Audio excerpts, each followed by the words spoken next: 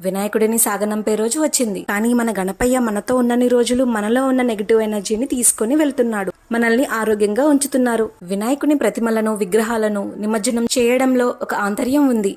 జలాశయాల్లో ఉన్న బంకమట్టిని తీయడం వల్ల జలాశయాల్లో నీరు తేట పడతాయి. ఆ మట్టితో బొమ్మ చేయడం వల్ల ఆ మట్టిలోని మంచి గుణాలు మన శరీరానికి పడతాయి. గణపతి విగ్రహాలకు వాడే ఒండ్రు మట్టిలోనూ 21 రకాల పత్రిలోనూ ఔషధ గుణాలున్నాయి. ఆ ఔషధ గుణాలు మన చుట్టూ ఉన్న గాలిని శుభ్రం చేస్తాయి. ఆ గాలిని పీల్చడం వల్ల మనలో ఉన్న వ్యాధి నిరోధక శక్తి పెరుగుతుంది. వానాకాలంలో వాగులు, వంకలు, నదులు, చెరువులు ఉధృతంగా ప్రవహిస్తూ ఉంటాయి. ఆ సమయంలో మట్టి గణపతిని నిమజ్జనం చేయడం వల్ల వరద ఉధృతి తగ్గుతుంది. వర్షాకాలంలో ప్రవహించే నీటిలో క్రిమికీటకాలుంటాయి. నిమజ్జనంలో వదిలిన ఆకులు, పువ్వుల వల్ల నీళ్లు క్రిమిరహితంగా మారుతాయి.